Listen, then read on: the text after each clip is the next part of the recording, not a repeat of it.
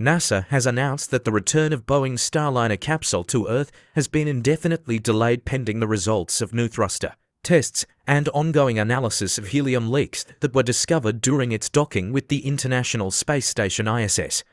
However, agency officials emphasized that Starliner Commander Butch Wilmore and pilot Sunita Williams are not stranded in space. Stich, NASA's Commercial Crew Program Manager, told reporters during a teleconference, "We do not have a targeted landing date today.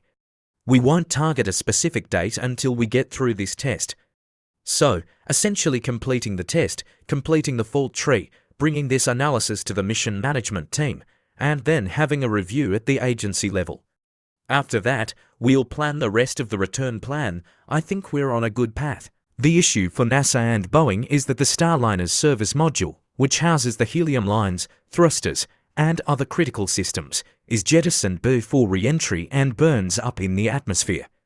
Engineers cannot work on the hardware after the event, so they aim to gather as much data as possible before Wilmore and Williams return home. The crew's extended stay at the ISS has led some observers to suggest that Wilmore and Williams are stranded in orbit, a perception that has taken root due to the lack of updates from NASA and the repeated delays of the targeted landing date. Stich and Mark Knoppe, Boeing's Starliner program manager, refuted this characterization.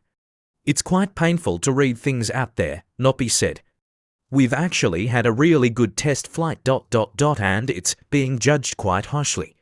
We're not stuck at ISS, the crew is not in danger, and there's no increased risk when we decide to bring Sunita and Butch back to Earth." Stich added, "I want to make it very clear that Butch and Sunita are not stranded in space.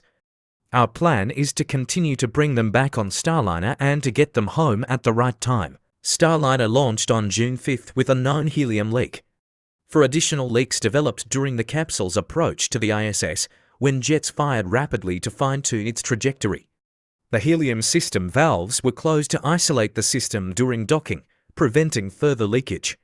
However, when Wilmore and Williams begin their return journey, the valves will be reopened to pressurize the lines and manifolds. Despite the known leaks, Stich noted that the spacecraft has 10 times the amount of helium needed for the return trip.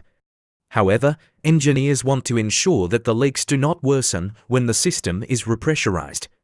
5 aft-facing thrusters on the Starliner's service module also did not function correctly during its approach to the ISS on June 6. 4 of these thrusters were successfully test-fired post-docking, showing slightly lower than expected power levels, but were deemed sufficient for docking and re-entry. The 5th thruster was not fired due to prior poor performance. The next steps include ground tests of a new thruster, identical to those on the Starliner, at a government facility in White Sands, New Mexico.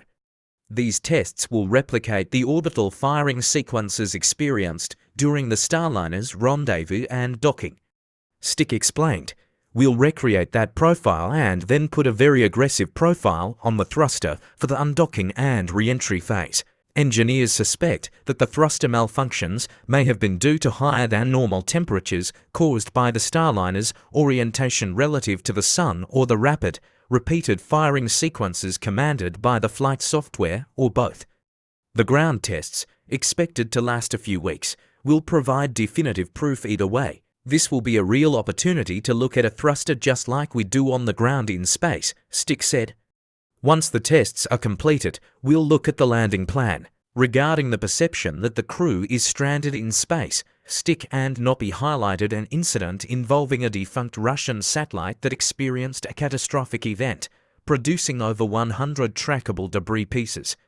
As flight controllers assessed the debris trajectory, the 9-member ISS crew was instructed to shelter in place in their respective spacecraft, ready to depart for Earth immediately in the event of a potentially damaging collision.